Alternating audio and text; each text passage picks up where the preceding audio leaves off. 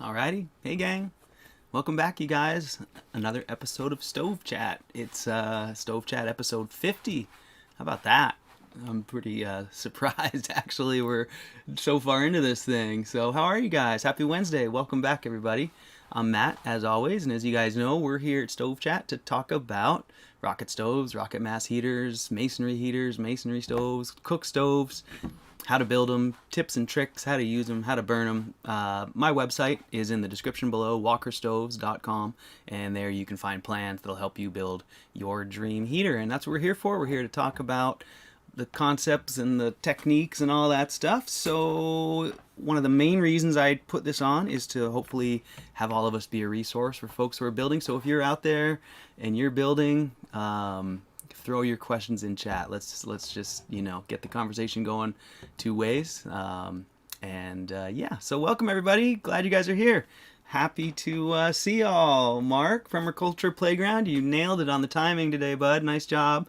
Manny the Sea Cow, thank you so much for being here, Manny. Awesome to see you, my friend. Great to hear your recent news. And I'm so excited about whatever you're going to build. I can't even tell you. I have no idea what it's going to look like, but I think that's the fun. You've always done such a good job of fitting your, having a need and then building something that fills that need that's unique. So hopefully you've been having fun thinking about that stuff. I'm a little envious, to be honest, because it's always fun to have a whole new set of circumstances to design around. I'm sure right now you're a little overwhelmed with all of it, but yeah, anyways, looking forward to seeing what you come up with. So Jacob, nice to see you. Thanks for being here. So yeah, everybody, happy Wednesday. As I said, hope you guys had a great week. I've had a really good week. It's been definitely turning to fall here. We got rained, got stuck inside with some rain for a few days, and but I've had some great surf as well, so that's been fun. It's always my favorite thing, and it's this time of year that it starts to happen, so I've been getting out in the water a little bit. It's been really nice. And my favorite thing about this week and this time of year is I've been talking to so many of you guys, and I just wanted to tell you how much I appreciate all the support and how much I enjoy consulting and talking about builds and planning builds with you, just like I just said to Manny.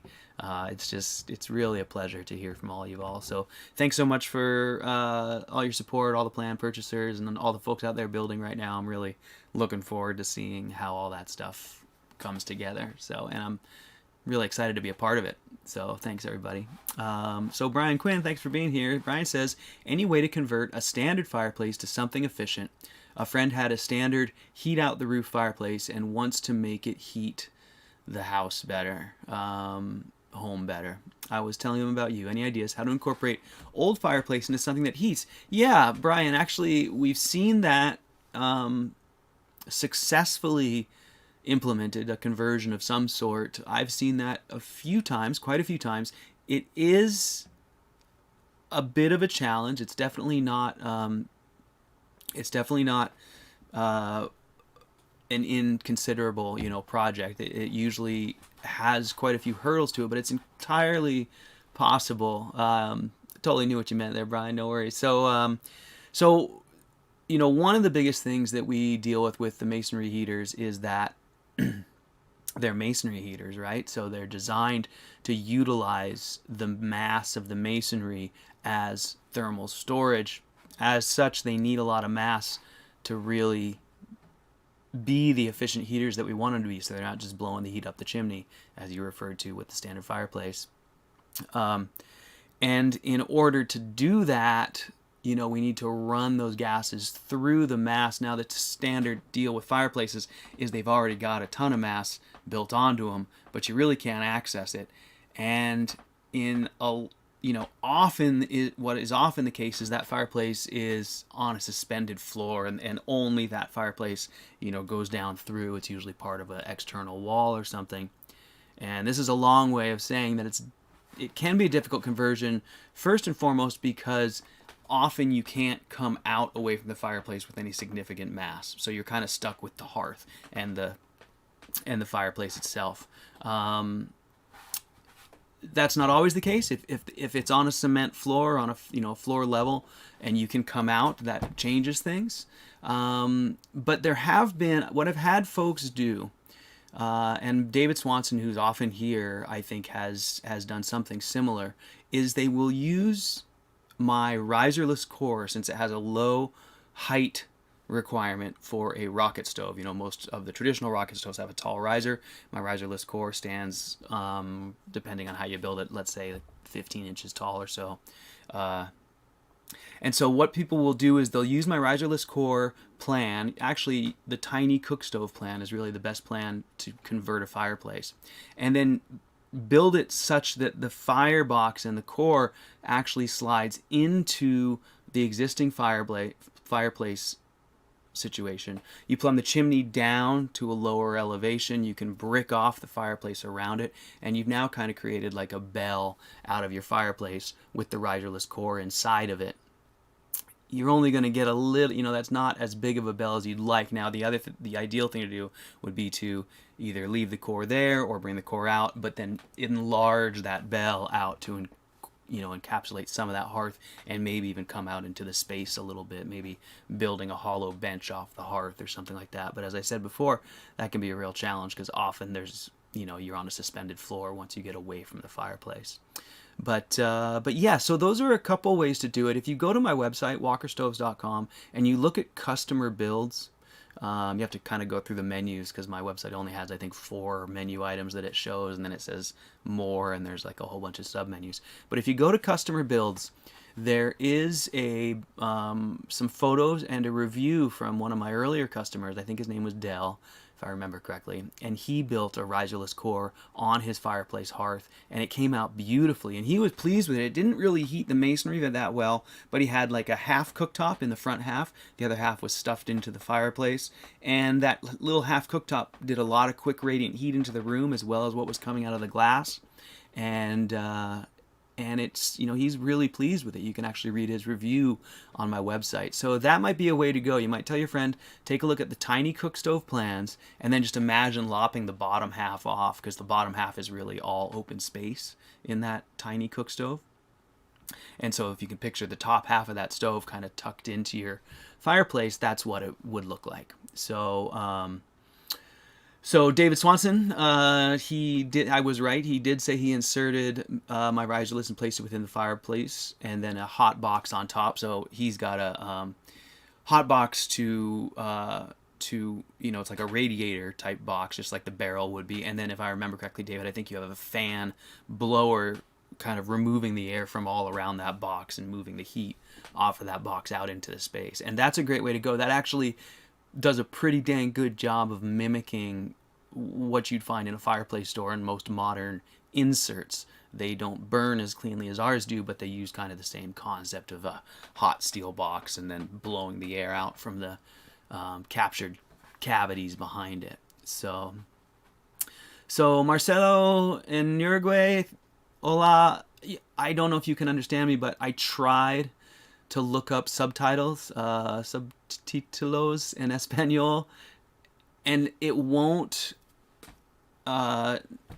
It can't do it. YouTube won't auto translate. It won't even auto subtitle my videos because they're done live. So it will only auto subtitle apparently uploaded videos, and so I'm afraid I can't get Espanol subtitles onto the videos, or at least I haven't been able to figure out how to yet, and I really apologize, because I really want to make it available to you. So if anyone wants to try and convey that in Spanish in chat while I move on, that would be awesome. But I'm trying. I really would love to get some Spanish subtitles, but unfortunately, when I went back to try and do it, it said the only way to do it was to manually enter them, and unfortunately, I'm not capable of doing that. So my apologies, Marcelo. I hope you understand. In other news, I still really want to come visit you and build stoves in Uruguay. So perhaps one day I'll learn Spanish better. So let's see. I don't know if you guys can hear me. Looks like I'm getting no data. Oh no. Oh, and now it's back. Okay, hopefully that dropout wasn't too bad. It looks like it was less than a minute there. Okay, so I'm dropping out, it looks like. Can you guys hear me? I think that it's probably in and out. Well, at any rate, that was a great question, by the way, Brian. Thank you for that. And David, thanks for bringing up your build. Yeah, that's it. You said correct. Fan moves the room across the radiator. Heat box, exhaust up chimney, and sealed. Oh, Jacob, thank you. He says everything's working fine. So I'm getting like yellow signs and error warning. Stream is healthy. Stream is healthy, and then warning, and then error. And so it says it said it was gonna end. But it seems like we're doing okay. Okay, good. Thanks to everybody. Oregon Coast Green Man, thanks for being here. Nice to see you. So yeah. So let's see what else. Okay, no dropping out here, says Mark. All right, thanks. Sorry, they're just trying to scare me. They're doing a good job. So let's see. What other questions have I attacked or approached this week with regards to builds that I can talk to you guys about? I do have queued up my original cook stove build slideshow. So we can always look at that and kind of run through that and talk about how to actually build one of these stoves. Okay, cool. Thanks for all that feedback, you guys. That's good. So the chat might be slowing down, but as long as you guys are getting me video and audio, then that's great. I don't know why it's freaking out so bad over here. This is the YouTube stream health page, and I probably should just turn it off because it just does nothing but freak me out. But yeah, so I thought we'd look at actually a build. We haven't really done, I don't think we've really gone all the way through start to finish like a cook stove build. And my full cook stove is the first cook stove I built. It's the original riserless core built with insulated fire bricks that I did the original design on. And on my website, I have a page dedicated to the riserless core. It has some test results, and it shows layer by layer how that riserless core is built. And then the photos that I'm going to show you, were put together into a whole slideshow, and you guys have probably seen it. It's on this channel on YouTube, and it's the full Masonry cook stove build slideshow. Now there's no narration. I just threw these, there's a lot of photos, but I threw them all together in a long slideshow and just kind of let it run. And in doing that, I really provided people with all the information that is needed to assemble one of these things yourselves without plans. And it was shortly after that those videos started to get so many comments about people asking for plans that it was shortly after that I started to produce the Walker stove plans that now is kind of really my focus. And it's because I realized that so many folks, all of us, I bought, quite a few various wooden boat plans for boats, whether I built them or not. I did build one of them, but I bought a few plans that I didn't always finish. But it helps so much to clarify the concepts and to see how things go together and all of that. So that was really neat. But what I haven't really ever done, and what we haven't done here, is we haven't really just kind of walked through a build step by step. We have a little bit, I guess, but not really with much detail. So I thought maybe we'd do that. I think we've got time to do it. So why don't we just dive right in? Let me bring up a picture. Some of these are going to be, I didn't edit these at all. So it's just a big folder full of photos. So there might be some stuff that's not pertinent in here. But let's see.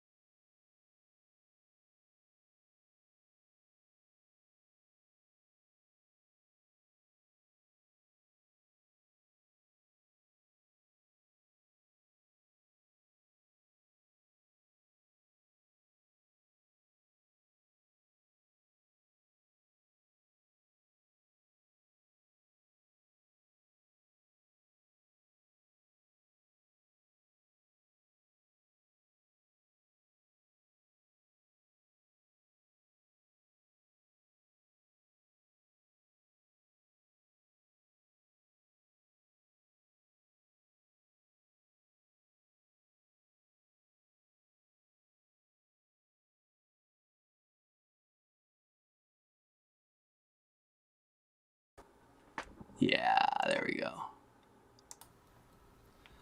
Sorry about that, guys. Thanks for telling me. Like I said before, it's like running a spaceship here. Okay, I think I'm back now. You guys are back. So let me start over. It doesn't really matter. So you guys will be able to hear me in just a sec. It was my settings in my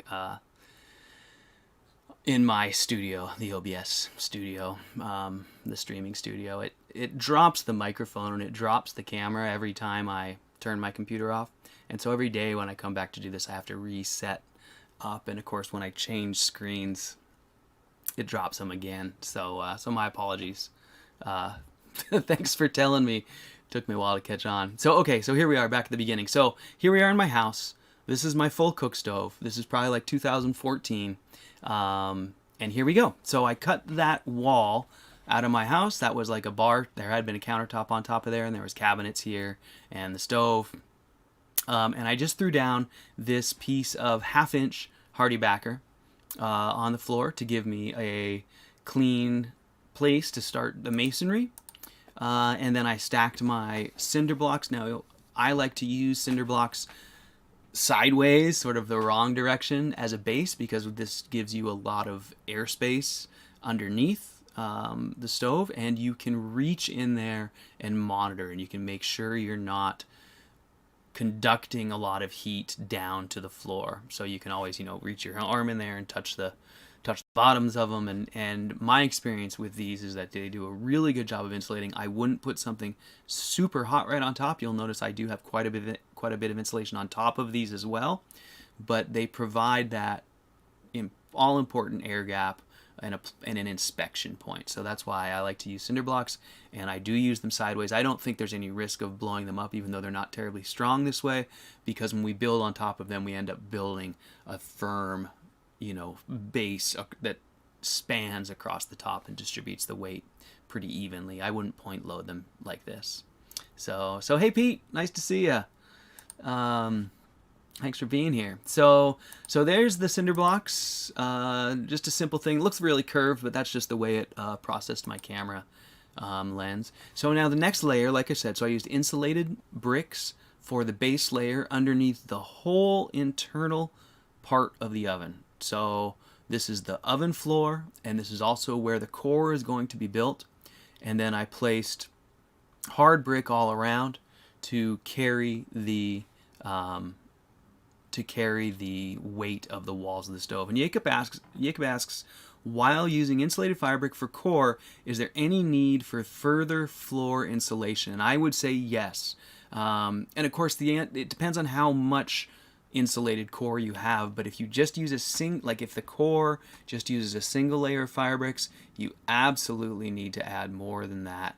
They will eventually get hot. Now in this stove, I can't say for sure if I have another layer of firebrick on top or of insulated brick on top of this inside the core. I think I do. So I think I end up with 2 layers of insulated firebrick and then that cinder block layer. So we'll see that in just a sec. So right now I'm just dry stacking, so I'm going to speed through some of this real quick. So you can see Jacob, I add a whole nother layer of insulated brick. So that's the core layer there. So I have insulation, a whole nother layer underneath the core. And your question is for the ground. And so what I'm assuming you're saying is that if it's not combustible underneath, and if that's the case, then it's not as important, obviously, but you still do want to retain as much heat in the core as possible, and you don't want to bother trying to heat the ground. As Oregon Coast Green Man says, yes, you would. You would want to have some sort of airspace to allow the dissipation of heat and less conduction down to the floor. And eloquently said, my friend, thank you for that. That's exactly right. You want to do your best. Now, if it's non-combustible, it's not mandatory. So you have some leeway there. If it's a combustible floor like mine in this example, you can see how careful I'm being. The fire is going to be built on top of that second layer of insulated firebrick, which already are so insulative. If you haven't ever experienced them, They're amazingly insulative. You know, you could sit there with a torch on one side and your hand on the other for a long, long, long time. But nonetheless, I felt like I wanted to have 2 layers because I know there's going to be days when I'm burning for 12 hours, you know, and it's going to be right back. I don't think you can see my mouse, but right back at the, oh yeah, you can there. Right back at the back where my secondary airport and the turn is, it's going to be like 1200 degrees right here for, you know, 10 hours a day. So it will eventually push heat downward. So you do want to be really careful if there's any combustibles down below. So as you can see here, a lot of insulation and then an airspace. And I've had no problems. You know, this was definitely adequate. So I'm not trying to freak you out too much, but just say, do your best to insulate from heat traveling downwards. So here I am just kind of dry stacking, getting a feel for things. You guys know I like to add a little space or a little shape. So usually I'll put some little bump outs, make a little skirt at the bottom and sometimes often again at the top. So this little step out here at the bottom represents that. And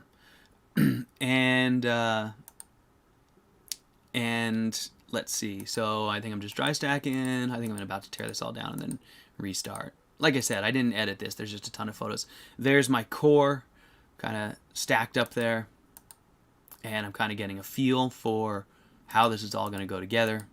You know, keep in mind I've been experimenting with this in my shop at this point, and I've built some sort of half stoves, but I haven't really finalized this design. And I don't have plans yet.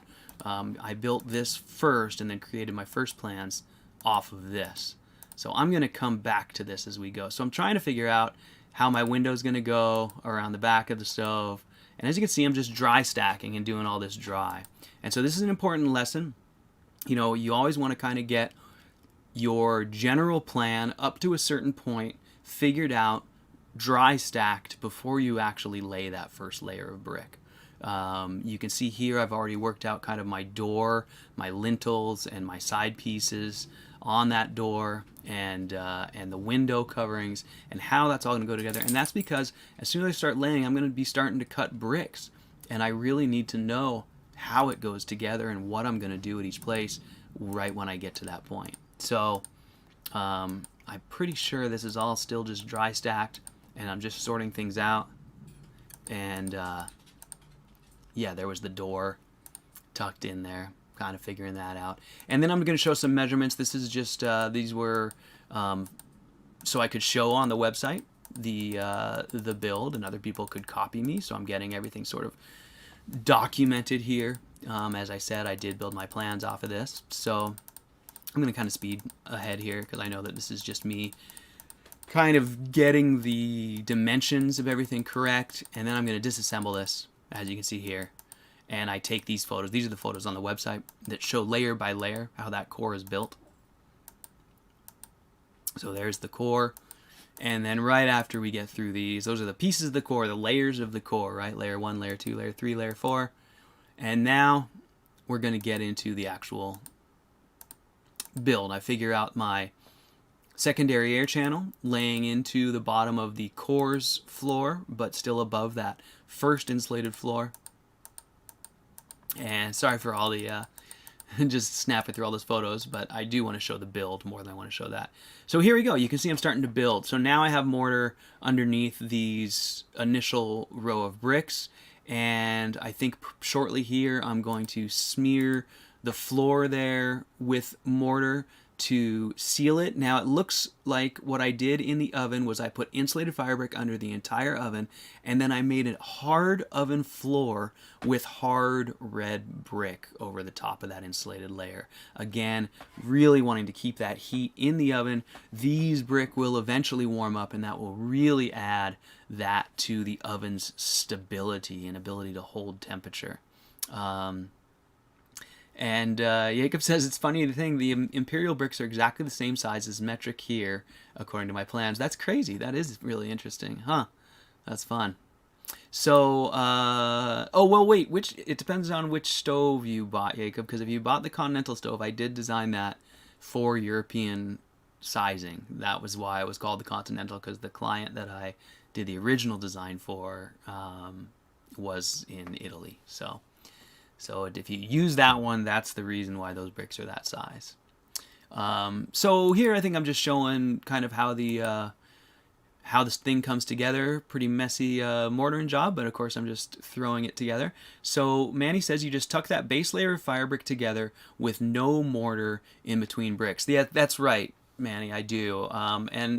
We've been discussing this a lot on the chat over the last few months regarding core builds as well. I know you're asking about the base layer, but regarding core builds as well, whether or not mortar is helpful. And you may have caught some of this, and I apologize if I'm repeating myself. But, I've kind of come to the conclusion that if you're going for those tight jointed square build, square constructions like the core, there isn't really any reason to use mortar. We've talked about using clay slip, but I don't think it does anything once, other than just at the initial build. And the only reason I think you would use mortar would be to fill gaps if you had old salvage bricks, uneven bricks. But otherwise, I do think it's fine just pushing them together with no mortar. So in the case of the floor, like you're asking there, I'm just going to, put them all together loosely, and then I am going to skid, put a skiff of mortar over the top and just kind of get seal the gap, so hopefully we don't have airspace and leaks, and to stop any motion. But I don't think there's much advantage to be gained from mortaring in there. Now, of course, if you have some space to make up, or I don't think mortar would hurt either, but I just don't think there's any advantage there. So here we go through the build, and at this point now I have the core base, and I apologize if I miss other stuff in chat. I'm trying to talk, and I know I'm missing some of the conversation there. So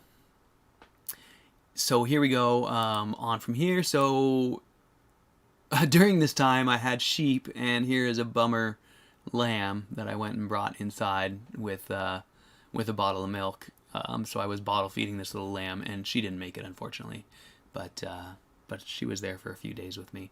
There's my other stove. I had just recently converted the main rocket mass heater from a J-tube to the batch. This is in a configuration where there's an actual piece of glass for the roof of the batch, because I don't think I'd gotten all the way there with ceramic fiberboard yet, so the roof over a batch was a difficult thing. This one I used the window, and it made a nice little cooktop as well. So just some fun stuff to look at. And embedded tiles in a cob bench top, that makes for a nice finish. There's that little cute little lamb. So here's the core. Now, I just was talking about how I didn't use mortar. Don't feel that mortar is necessary now. Now, I didn't feel that way then, and so this core does have mortar, although I don't think it's necessary. Although these were salvage bricks, so they didn't have perfect edges, so that would be one place where you would want to use mortar. But nonetheless, when I'm telling you one thing and showing you another, that's, keep in mind that we're going through a progression here. So I think nowadays I probably would not have mortared this quite as much. Like I said, again, the bricks were damaged, so maybe it was necessary. But at any rate, here's my riserless core. Now this iteration has the window in the back side of it, right at the U-turn, and you can see my cooktop configuration up top, and how that's going to spiral around underneath the cooktop, giving various different heat zones. Now, in the full cook stove, I use a physical manifold, and I build it out of hard brick, and you can see it here, and it has a downdraft chamber and an updraft chamber adjacent to each other. So there's two channels there. You can see the openings at the bottom. They're kind of in the dark there, but maybe you can see them. There they are. So that's a out from cooktop and into exhaust, both down low. And so the full cook stove has a little bit more plumbing, as it were, than my later cook stoves, where now I just started venting straight into the oven and letting the oven be an open bell. There's a couple advantages and disadvantages. I do think that the full cook stove, if you're doing like a black oven, the full cook stove is a little bit cleaner black oven because it has already precipitated any of the heavier stuff down and out in its downdraft chamber. It does provide a little bit better heat from the bottom, but it doesn't, heat as well from the top, so they're a little bit different. But I ended up determining that again, this was really early, and I thought, in these days, masonry stoves had channels and passageways. We weren't really doing a lot of big bells back in 2014 or whatever it was, And so I thought this was kind of necessary. As time has gone on, now I just come right off that cooktop into the open bell of the oven, and I've found that that actually seems to, I won't say better, but I don't notice a huge difference one way or the other. And it's certainly a lot easier to build, and I do think that it offers a lot more flexibility and possibly heating efficiency. It definitely gives you the potential to put more heat into the space or insulate and capture heat. So at any rate, that's the full cook stove. There you can kind of see that configuration comes off the cooktop, and there's an updraft and a downdraft, and they are these two here, and this area here is where we put the bypass. So in other words, riser gases come out of here, out of the riser, around the cooktop and cool, and then if the bypass is open, they'll just go right here up and into the chimney. If the bypass is closed, then they'll go there and down, out into the oven, and then back up and out here. Jacob asks, as the stove is running, even if there are some micro gaps in sealing, they can be ignored for draft and pressure doing its job. That's exactly right. Now we want to make it as sealed as possible for best performance, but you don't need to agonize over it being, like if it can go scuba diving or whatever, it doesn't need to be absolutely airtight because of the draft that is constantly provided by the warm masonry, meaning that inside the stove is always under pressure. So it's always in a vacuum. So it will be pulling in from there. So they can pretty much be ignored as long as draft and pressure is doing its job.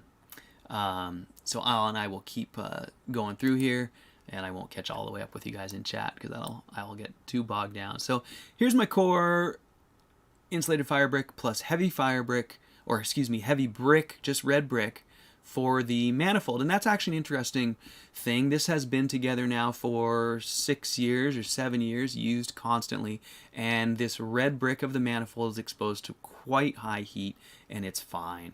And again, this is where the bypass will go, just so you can see that clearly. Out from the riser, around the cooktop, down the downdraft chamber, out into the oven, and then back up the exhaust, or open the bypass and around the cooktop and up straight into the chimney. So again, this is a little more complex routing than the newer stove that I've built, so this is a little bit older, but it does, it's neat because you get some internal mass that you didn't already have, and it does a pretty good job of mimicking sort of a more traditional masonry heater with passages. Anyways, there's that. So that's the core plus manifold, and I think I got that far in one day, and then I might have stopped there that day. I don't remember. I think we might go into the next day here, the next morning, and I start laying bricks again. Yeah, this is the next morning, I'm pretty sure. So I kind of got all my plan made, did my dry stacking, and then got to a certain point, and then here I start stacking, and there's really not much to see here. Just using your level, using your tape measure to make sure you're staying true to level and rising vertically, and keeping all your lines good. You can see on this one, again, I've got this window on the back side, which turned out to be fantastic, by the way. You can see the oven chamber taking shape there, and it really is just a big chamber. You can see why I don't worry too much about mortaring the floor, because in the course of building this thing, you're gonna spill so much mortar on the floor that you're gonna end up with like a sandbox down there, and yeah, you'll end up with just like a mortar seal over the whole floor. You'll clean that out, but you can see my hammers laying in there, and it's full of mortar. So again, using the level and the tape measure, just kind of working my way through here. Now I'm starting to create the oven door here. So you can see there's the door for the oven. Now I think I might have done it in this stove. I think I did. I'll tell you that I did, and then we'll find out if I did or not. But you can see these protruding bricks coming out of the manifold. Well, I thought, hey, well, that's going to be a great place to suspend an oven rack from. And so when I was building the oven here, you'll notice that I inset one layer of bricks, or maybe two, I don't remember, we'll find out, to create a lip on which to set the oven rack. So I was able to build in oven rack shelves, as it were, And not only that did they work for oven racks, but they added, again, that little bit of detail to the outside that ended up looking really nice. So, so Tall Shadow says, I see those outer hard bricks are right up against the insulated ones to help hold them in place. And yes, that's really important. We never want to have the core, whenever we talk about these builds, I always talk about a core and the core container, as it were. And it's important because we're throwing wood into these things and they're being subjected to quite a bit of knocking and abrasion. So it's important to capture the core in its container. And in the places where the bricks here do not touch physically the bricks of the core, I will always backfill. And so as you can't see it, but as I'm doing all of these layers, I'm backfilling with mortar. And you guys should be doing that too in your builds. Try to make the core and the outer skin really sort of a monolithic structure in most builds. Now, there are times when you put insulation in between those. Certain instances, the big masonry double skin guys will use felt or cardboard to give themselves a little gap. I think that if we're using the mortar, clay sand mortar, it all expands and contracts at the same rates, so it's a-okay to put them right together with the mortar in there to fill the gaps. But yeah, I guess my point is monolithic is kind of what I like, because I do really feel like immobilizing the bricks of the core is job one of that outer skin around the core. So okay, so moving on, that's the window on the left and the oven door on the right. Now in this stove, I put my firebox on one side and my oven door and window on the other. So that's why these are, this stove has a little bit of a unique layout in that sense. So this is the firebox side, and then on the other side, excuse me, is the oven and a viewing window for the fire itself. Look at the mess I'm making. So yeah, so I think this build took me really just a couple days, if I remember correctly, to get the basic build done. Here I am installing the glass. It's Robax ceramic glass. I used a little bit of fiberglass rope just to give it a expansion joint against the hard materials of the mortar. Now this window lasted a long time. I eventually I rent the house out now, and I went down there and I found a fire poker next to the fire and the window broken. They called and said, oh, the window's broken. And there was a poker right there. And so, and they offered to pay for it. So they broke it with the poker. But otherwise, it held up fine for years and years and years. And it looked fantastic. And back when I used to eat bread, it was an awesome place to make toast. So I used to hang a little wire toast maker in front of that window, and it was fantastic. This stove was a lot of fun to build. I really enjoyed the way these window frames came out. I had a stone sill here that was a little wider than these two stone headers, or stone, I don't know what you call them, king studs, I guess, if it was a door, whatever, side pieces, studs, and then this header here, which is stone. And that was a lot of fun with this build, particularly building those things.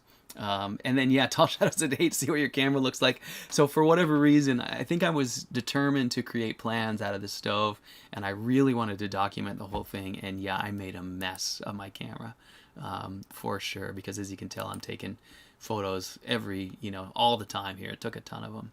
So Jacob asks, is oven intake and out at the same level working just fine? Would setting the out from oven to the chimney lower improve overall draft with lower gas temp? Well, I understand your question. You have it a little bit backwards in the way you phrased it, because if you put the out from the oven chimney lower, you would get lower gas temp, but it would probably harm draft. And that's one of the reasons why I didn't make it any lower, because it was already so low. But to answer your question, they are equal, comes out of one, goes into the other at the same height. But keep in mind that it's venting into an area with a lot of headspace right behind it. So it's going to be really difficult for any hot gases to just shortcut, right? Because they're going to try to get there and they're going to instantly just buoyancy, because of buoyancy, they're going to bloop, bob up to the top of the oven.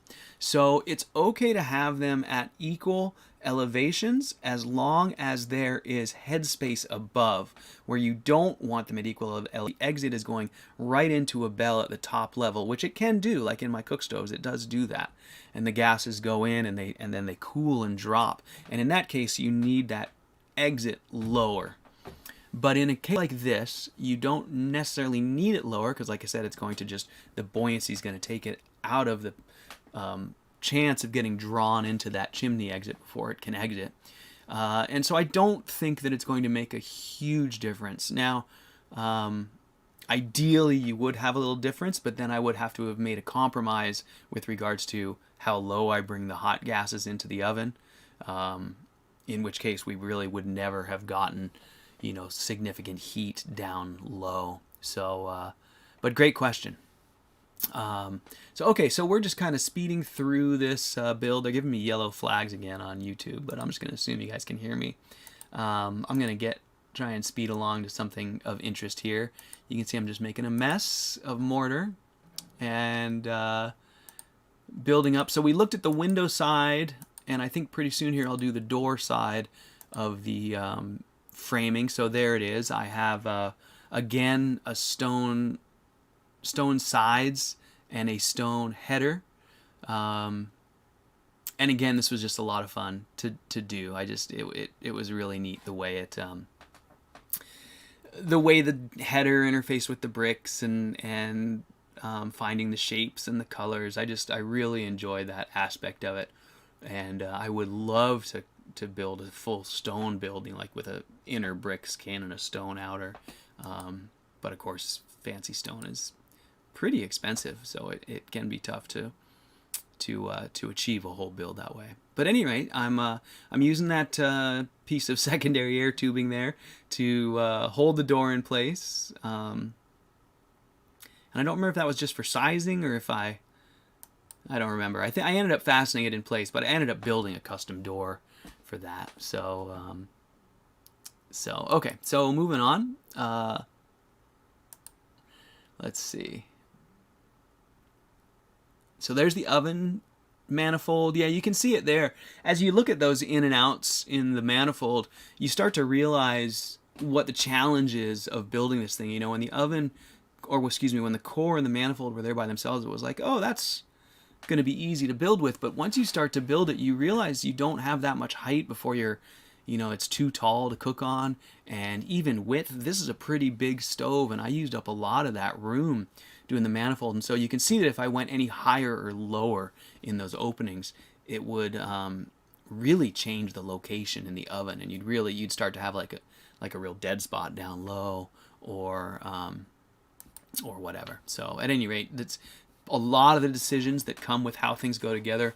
It's the reason I called the tiny cook stove tiny, is because the form factor and space considerations, you're so constrained by the thickness of the bricks, and the height of the core and the air flow parameters. Like, you don't have that much flexibility, and so it's one of the challenges and one of the joys of these builds is that getting the pieces of the puzzle to all fit together. And it's almost like a Rubik's cube. It's like it has a million different combinations, but they're limited, and to get one to go together and work the way you want it to is there's a lot of factors to consider. So a lot of fun.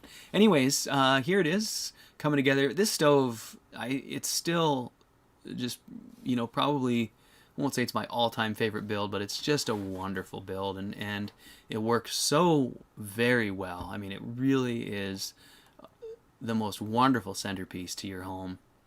It's wonderful to gather around. It's light and bright and warm, and man, I just really can't say enough good about it. So as you can see, the core kind of moves in a little bit on the one side here for the cooktop, and I can't remember why I did it that way on the stove. It might be glass size.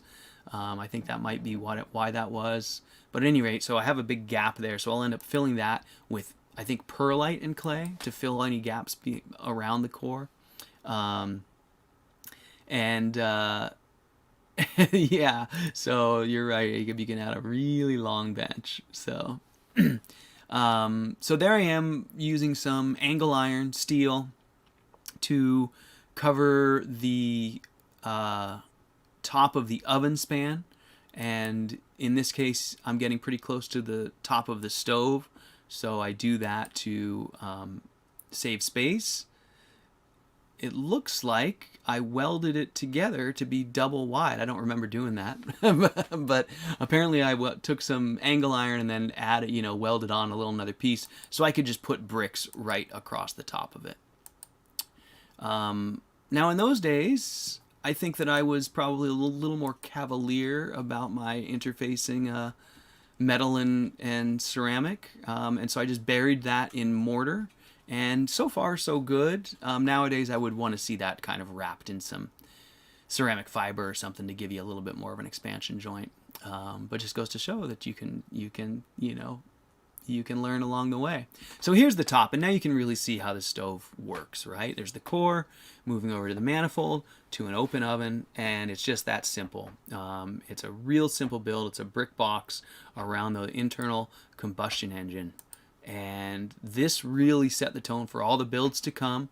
We're still kind of on this same path with regards to how, we build the stoves these days. And it's funny, now you look at the top and it looks all orderly up there with the nice, serpentine for the cooktop. And it was built pretty sloppily, but it ended up being just a beautiful build. It really is. And from a function standpoint, it's fantastic. So now I got a huge mess to clean up. Let's see what happens next here. I think I probably start mopping those bricks off at some point. But I really want to show you what happens up here, because this is where we get into some details that are good stuff. But that's the details really of the build. I love seeing it like this because you really see how simple it is, right? Just a brick box. There's really not much to it. It's easy to get all spun out and overthink these things. But when you see it like this, I think you can really tell that it just, there's really not that much to it. And anyone can be confident that they can construct something like this. So here's where the bypass is going to go, right there. And you can see now pretty clearly how that's going to work. Is the sheep still there? Oh no, it looks like the little sheep's gone. Just the cat and the dog there enjoying the warmth. Oh, let's see. I don't know if that's morning or evening. I think it must be morning, and now it looks like I'm getting ready to start work again the next morning. Or maybe it's night, and I'm putting her to bed. Okay, so here's the bypass. I'm starting to build the bypass and the chimney collar. And what I did here was I just cut this collar piece out of an old scrap wood stove that I had. I actually found it in the woods. I was out motorcycling. I was out dirt biking in the woods, and I found someone's dump site, and someone had dumped a really nice old low-pie wood stove. And so, being the scavenger that I am, I took my truck out there and I dragged it home. And then, however longer later, I found this use for it where I cut, and there'll be better pictures here. That's why I'm going to speed ahead. So here it is. So this is, like out of the top of a wood stove. So it had this thick metal plate and this collar already built, and then I drilled this hole and made this little attachment for my bypass. And this is a pretty funky little attachment, but it worked really well. This is a kickstand. Okay, you guys can see how it's going to work. I wanted vertical action, and I needed it to stay up when I pull it up. So this thing just, when you pull this up, this thing just swings down by gravity and prevents it from falling down. And that is a closed bypass in that position. You'll see it down here. There's a flap right here that closes that gap. And then you just flip this up and let this drop, and that opens that gate. That gate drops down below the opening. It just kind of drops down into the manifold, and that allows the bypass to be open. Unfortunately, my plate here wasn't big enough, so I ended up using a little scrap of tin, and you'll see how I end up finishing. This was always a problem in this build. I never really, it's fine. It's usable, but I wished I had done a better finish on it, that I'd taken some time to weld a piece onto that plate and extend it so it just went all the way across. I was pretty new to welding at that time. You can see my fabrication here. is pretty low grade, but at any rate, that's how I achieved my bypass and exhaust plate in one piece. And I think I get a pretty good picture here. There you can see the bypass down, so the gate is down here now, and the gases can go through that opening, and then you lift it up and the kickstand kicks in and it closes that opening. So hopefully you guys can see that. This is one of the things I really wanted to show you, was how I did the bypass there. And there you can see I'm mocking it up now. I eventually found another piece of glass for the far side, but at this time I was just using a piece of 12 gauge steel. And this blue piece here is also 12 gauge steel, just painted with some header paint, actually. And then this is the single glass cooktop. And you can see the size of the glass. That is why I brought that core in a little bit, was due to the size of the glass, so that I could land it on the core. And then I just infilled with mace or with mortar around the edges. So there's the pieces. That little piece of steel there kind of went, I put it underneath the flue collar sheet. And Mervin asks, any possibility of incorporating the cook stove and a thermal mass bench? And absolutely, Mervin. As a matter of fact, many of my customers have done that. The plans all, while they don't specifically show it because the benches are going to be different for everyone's situation, the plans do indicate places where the benches might go. And if you do decide to do that, just send me an email and I'll give you the basic layout. It's really easy in a stove like this. You just want to come off the oven, off of any side of the oven, kind of down low, and just make it an extension of the oven, a hollow brick box bench that's an extension of the oven with a top about 16 inches high off the ground or so, well, inside, and then 18 on the outside exterior height, but open to the oven, and that will just give you a big warm bench. So that's exactly how you do that. So as I'm getting the top together here, you can see I've got these seams there side to side and there front to back, or excuse me, just right across the, where the bypass sheet is. And so I kind of start to figure I'm going to need this. I finish this with a top frame, and I use some pieces of flat bar on that frame right there to cover those seams. They don't actually seal them, they just cover them cosmetically. It captures all the edges. This is angle iron around the perimeter, and then flat bar through the middle. And then I just used chimney tape. I think there's a picture of it here somewhere. Somewhere. There's the bypass, showing some better pictures of how that bypass is working. There is the chimney tape, so that's just that foil tape to kind of seal those gaps. It ended up burning off of there. It didn't work very well, and eventually I ended up using ceramic fiber board underneath and finally figure it out. But really what I wanted to show you was really kind of how simple this thing is. I mean, this is just this ugly conglomeration of stuff, and then as soon as you throw that framework over the top, all of a sudden it's like, whoa, it's a beautiful finished stove. Now, I did end up adding kind of a towel rack frame rail to this frame, and it made it really nice. So I used that 1-inch flat bar, and I made a bent piece that came out and made a perimeter along this. I don't know if there's any photos of it in here because that was sort of a later addition, but that really finished that stove off nice. It gives you places to hang things and all that. And I do think these metal frames, they're really easy to fabricate. It's the kind of thing you could go to a metal shop and have someone fabricate it for you if you don't have the tools or skills. But I do think this is probably one of the best things you can do to a build to give it that finished detail. You can see this thing just went from a dirty brick box with a bunch of garbage on top to being a beautiful cook stove, just with the addition of that metal frame. So I'm using these stones here. I was sort of at a loss. There was that gap between the cooktop and the metal frame. In hindsight now, I would just make the metal frame wider right there and just have it be a little wide spot of metal and have that come over to join the cooktop. But at the time, I was sort of still figuring out build techniques.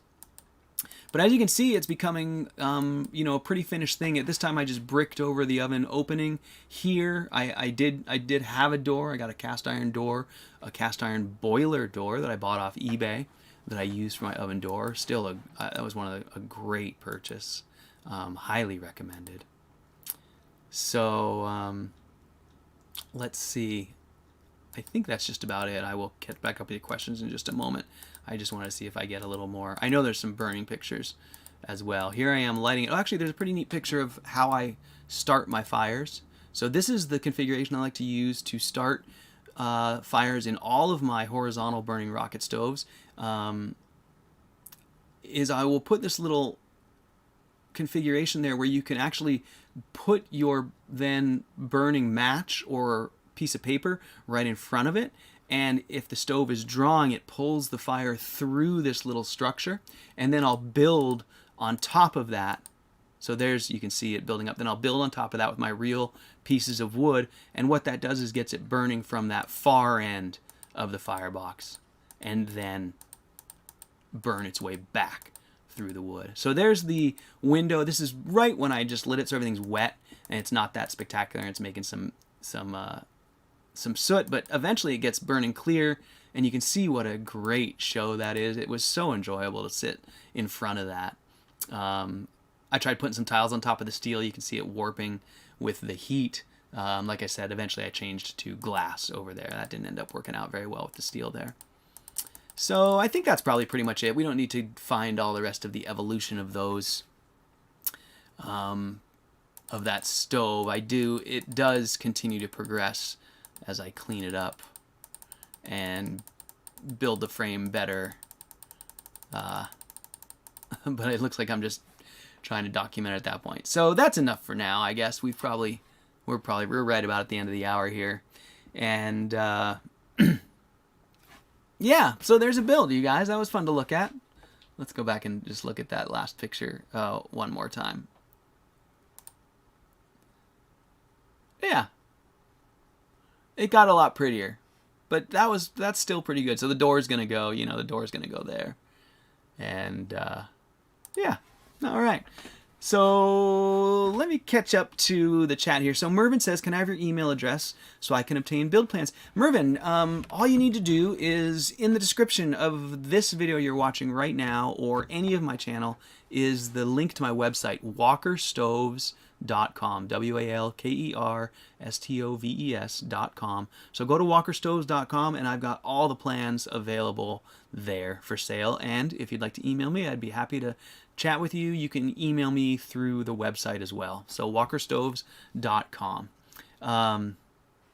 So let me catch up with chat, and I won't catch up all the way back up, but so let's see. Looks like we're pretty much there. Mervin asked about the bench in a cook stove, and we did that. Oh, and Permaculture Playground says the glass isn't sitting on some fiberglass rope. It's not Permaculture Playground. What I found in those days, and what I do still now often, is I will just set that glass right into clay sand mortar, and it actually bonds really well. It deals with the temperature, the expansion and contraction very well. So clay sand mortar seems to be a fine way to set that glass. However, if I do want to joint, I no longer use fiberglass rope because it seems like we get hotter than it can handle. It ends up getting burnt. You kind of find it a few years later all kind of deteriorated. So nowadays, what's best to use is ceramic fiber, and they make thin felt that they call masonry paper, ceramic felt, ceramic wool felt, those are words for it.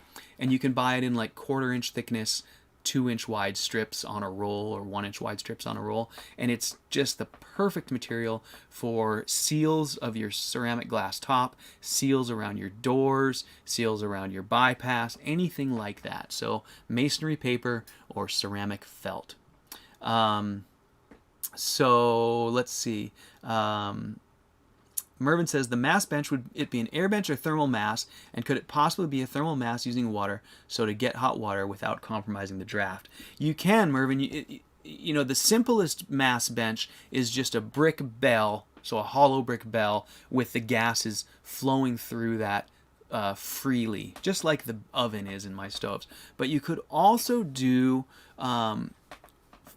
flue pipe through there and do things like that. Or you can use hot water and a buffer tank to build really the ultimate thermal mass build. You know, hot water really makes for the best thermal storage, but it does add quite a bit of complexity. So again, those are all things that that you can, you know, my plans do have builds that feature all of those things. So while they don't go into detail specifically about hot water because it's just too broad of a subject, many of my customers have incorporated water heating systems into the stoves. They're designed for it, and I'm here to help you do that to a point. I can talk about, you know, where to put the water heating elements, how to best implement them, and then, you know, what I can't really do is talk about the details, specifics to your situation, because everyone's situation is so different with regards to volume and flow and temperature and use and all of those things. But at any rate, yeah, you got the right idea. So there you go. So, all right, you guys, that's, I think, show 50. I think that's enough for today.